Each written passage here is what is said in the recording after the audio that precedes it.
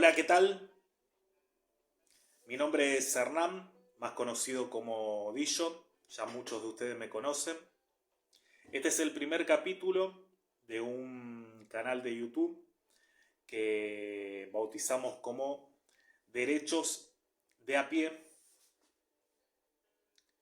Muchas personas, ya que me especializo como abogado en abogado laboralista y penalista, me preguntan en la primera consulta si puedo hacer valer determinado derecho o si me corresponde determinado derecho o si existe la posibilidad de reclamar en la justicia determinado derecho.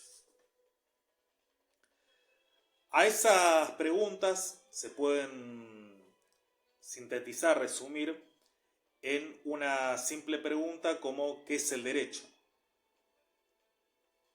Y para esa simple pregunta, entre abogados y abogadas, juristas, y también personas que no lo son, pero que también tienen derecho a opinar y a determinar qué es el derecho. Hay una gama y una biblioteca en base a la experiencia cotidiana de qué es el derecho. Para contestar esa pregunta, ¿qué es el derecho? Hay abogados y juristas que consideran que el derecho es exclusivamente y estrictamente lo que dice la ley. Y no cualquier ley, sino la ley emanada de el Congreso de la Nación por los diputados y los senadores, de las legislaturas provinciales y de los consejos deliberantes municipales. Es decir, que todo lo que surja de esos organismos, toda la letra de esas leyes, todo eso es el derecho. Es decir, que tiene que estar vigente y aquellas leyes que derogan otras leyes o que modifican otras leyes ya no son vigentes, ya no están vigentes, es decir que los legisladores pueden llegar a restringir, pueden llegar a eliminar ciertos derechos adquiridos o pueden crear nuevos derechos. Como verán, el derecho, digamos, es dinámico, es un vaivén de avance y retroceso en la historia, digamos, contemporánea y en la actualidad. Hay otros juristas y otros abogados más arriesgados todavía, van más allá de esta anterior biblioteca y no reducen solo el derecho en las leyes vigentes emanadas por los órganos legislativos, sino que van más allá y plantean que existe una Constitución Nacional, existen tratados internacionales de derechos humanos y otros tratados internacionales, por ejemplo, de la salud, del trabajo, etcétera, etcétera, que existen constituciones provinciales y que si esas leyes que surgen de los órganos legislativos contradicen a los derechos reconocidos en constituciones, tratados internacionales, de derechos humanos y otros, el que siempre va a estar vigente van a ser los derechos reconocidos en esas constituciones y no en las leyes. Es el caso, por ejemplo, de la actual ley bases, que en la gran mayoría de la letra de la ley restringe, niega, anula derechos que habían sido adquiridos y que según la mayoría de los legisladores que votaron esa ley, ahora a toda la sociedad nos dicen que ya no tenemos muchos de los derechos que anteriormente teníamos. Entonces, para estos abogados y juristas, creemos que por más que esos legisladores con su voto mayoritario digan que ya no tenemos los derechos que teníamos antes, si esos derechos que nos niegan en el Congreso de la Nación están y siguen estando reconocidos en la Constitución Nacional, seguimos teniendo los derechos que antes teníamos, porque están reconocidos en la Constitución Nacional, en las constituciones provinciales, en los tratados de derechos humanos, y estos están por encima de las leyes del Congreso de la Nación, siempre y cuando contradigan a la Constitución Nacional y tratados. Hay otros abogados y juristas que van más allá de este planteo y consideran que el derecho es también todo lo que tiene que ver con los principios del derecho. Por ejemplo, hay un principio para todos los derechos, que es el principio de todo lo que no está prohibido por cualquier ley, por cualquier constitución, está permitido. Hay otros principios como para el del trabajador y el de la trabajadora, el de irrenunciabilidad, es decir, que por más que firme ante su patrón una renuncia de un derecho, esa firma y esa renuncia no tiene valor por este principio que acabo de nombrarle, que es el de irrenunciabilidad. Es decir que estos principios también son fuente del derecho o generadores de derecho, o son derecho también. Además de los principios, también existen costumbres que por más que no estén escritas en una ley o en una constitución, también son fuente del derecho, solo por el hecho de tener el hábito de que como persona o como colectivo de personas me corresponda determinado beneficio o determinado derecho.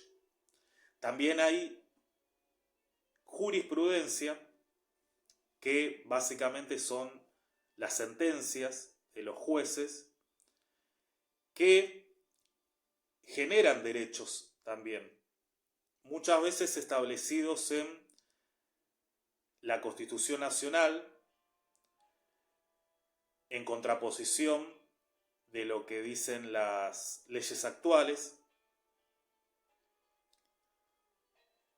y muchas veces hay fallos o hay jurisprudencia o hay sentencias que crean nuevos derechos, como el histórico acción de amparo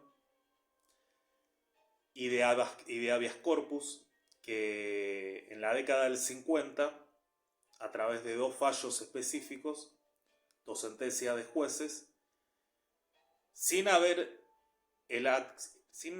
la acción de amparo y el habeas corpus estar establecida en ninguna ley, ni en ninguna constitución, ni en ningún tratado, igual así pasó a ser un derecho a través de la sentencia de determinados jueces.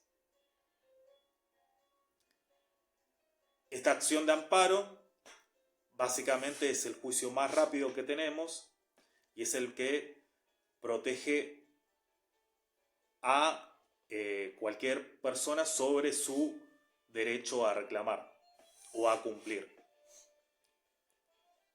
Es decir que la acción de amparo no existía en ninguna constitución, en ninguna ley, y así todo pasó a ser un derecho y se legisló posteriormente, con los años, pero se a partir de los fallos y de las sentencias se empezó a usar, basándose en esos fallos, lo empezaron a usar otras personas y cada vez más. Entonces, ahí tenemos otros generadores y fuentes del derecho, como es una acción de amparo, un habeas corpus basado en la jurisprudencia, en la sentencia. Tenemos los principios del derecho, tenemos las costumbres del derecho, tenemos la doctrina del derecho, que muchas veces son comentarios, opiniones, estudios basados en muchos colegas y muchos jueces. Pero no termina ahí la cosa. Muchos abogados y abogadas también considerábamos que el derecho va más allá, va un poco más allá, y podemos decir que el derecho también es aquella entrevista que podemos tener con un juez, sea esa entrevista individual o una entrevista grupal acompañada de nuestro entorno, como pueden ser compañeros de trabajo, de estudio, vecinos de barrio, familiares, amigos. Ahí también se genera el derecho. En esa simple entrevista con el juez, que puede ser por distintos motivos, puede ser para que motorice el proceso, puede ser para que el derecho que uno está reclamando tenga mayor peso, para demostrar que uno tiene mayor legitimidad por estar acompañado, por estar respaldado. Y ahí también se genera el derecho. Se genera también el derecho ahí y se genera, digamos, también muchas veces reconocido por los mismos juristas o jueces en determinadas protestas que son legítimas y legales, reconocidas en la propia Constitución, muchas veces que se dan en la puerta de los juzgados, en el mismo Congreso de la Nación o en los distintos organismos del Poder Ejecutivo o del Gobierno. Estas protestas son generadoras de derecho también y marcan también lo mismo que puede dar lugar a una negociación, a una entrevista con el juez, que puede ser motorizar el expediente si el expediente está estancado, o puede ser también para darle legitimidad a las personas o la persona que está reclamando a través de esa demostración legítima y legal de fuerza, de acompañamiento. Les pongo un ejemplo.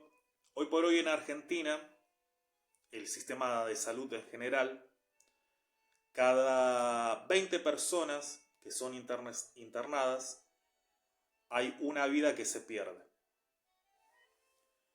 Quiero decir que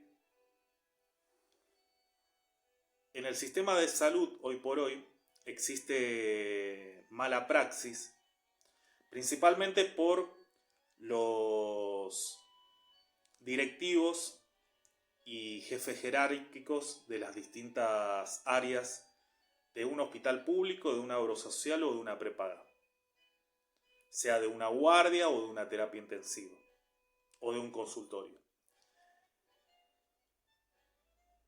Y puedo dar fe y puedo dar testimonio de que si la persona está sola ante esta situación, corre el riesgo de que se cometa un crimen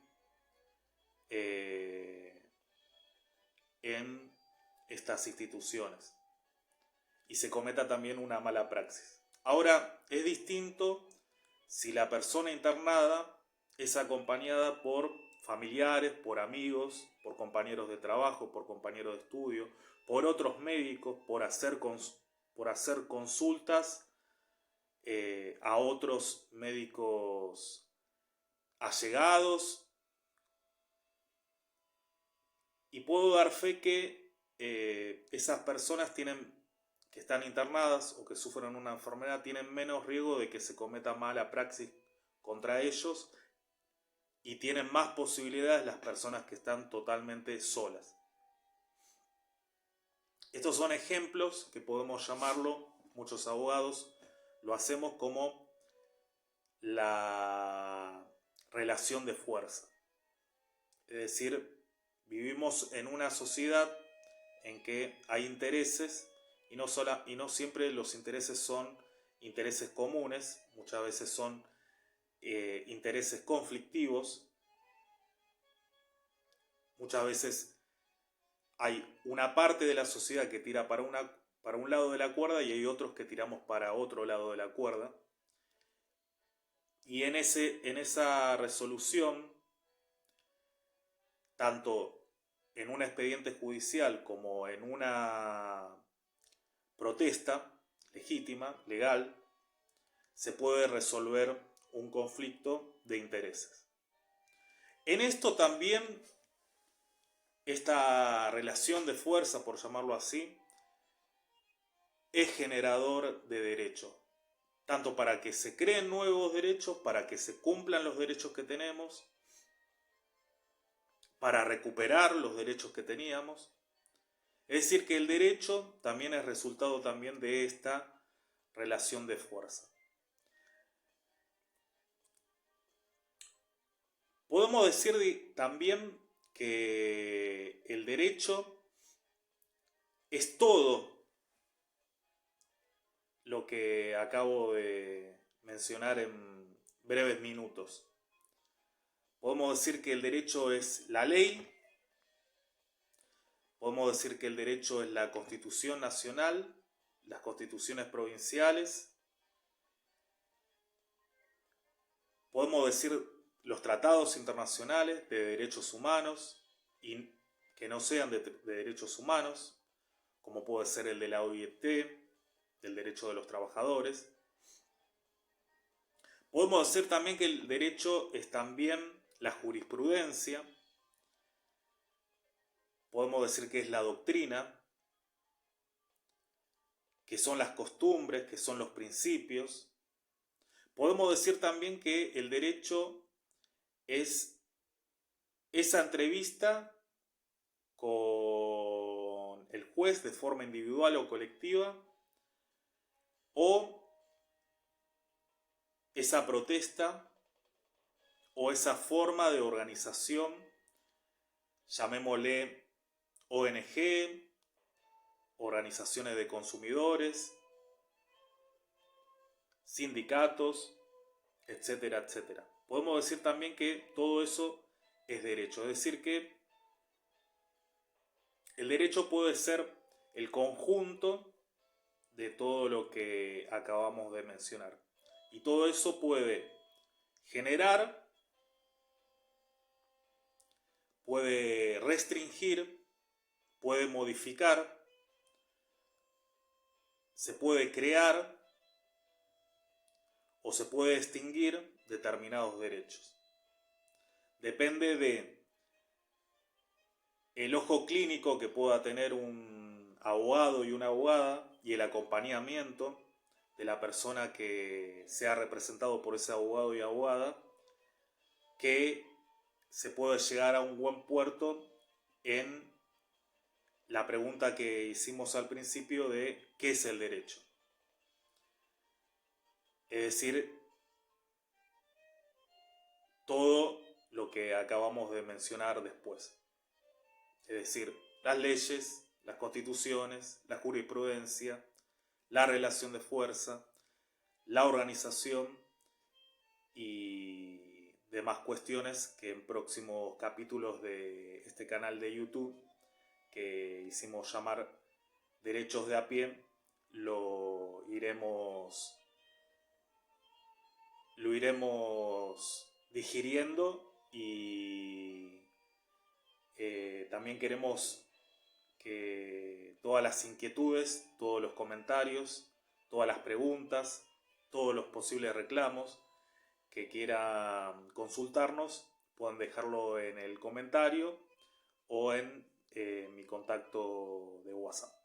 Bueno, les mando un fuerte abrazo y espero verlos pronto.